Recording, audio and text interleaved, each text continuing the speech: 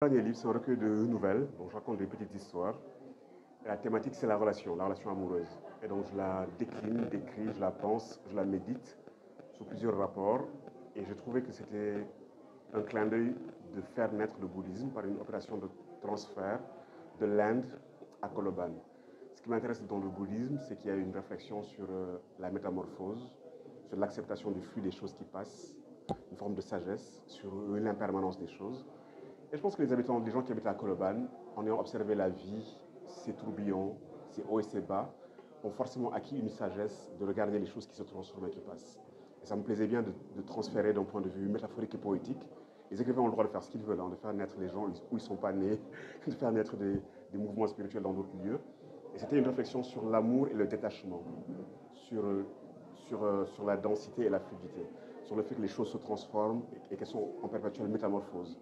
Et donc j'ai voulu interroger la relation, parce qu'on veut que les relations soient durables, qu'elles tiennent dans le temps, qu'elles résistent aux aléas.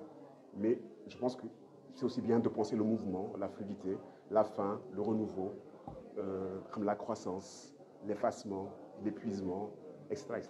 Et donc j'ai trouvé que c'est un titre qui était intéressant. Et j'avoue aussi que ce qui m'a aussi inspiré, c'est qu'Oasis Diop, dont j'écoute beaucoup la musique, sa musique a un accent un peu éphémère, un peu métamorphique, un peu bouddhiste. Et Oasis est de Koloban. Donc toutes ces idées-là ensemble m'ont donné l'idée du titre. Et je savais que le titre allait aussi être intriguant.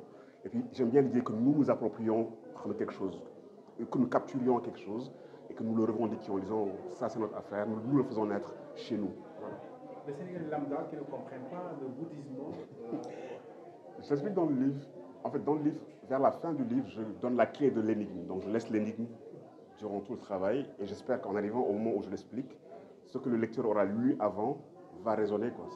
C'est aussi une technique comme d'écriture. Je donne des clés dans le texte petit à petit.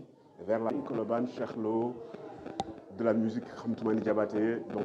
Donc j'associe plusieurs espaces, les espaces de la littérature, mais je fais aussi de l'intertextualité avec la musique. Et je fais en sorte que la musique soit un texte de la littérature.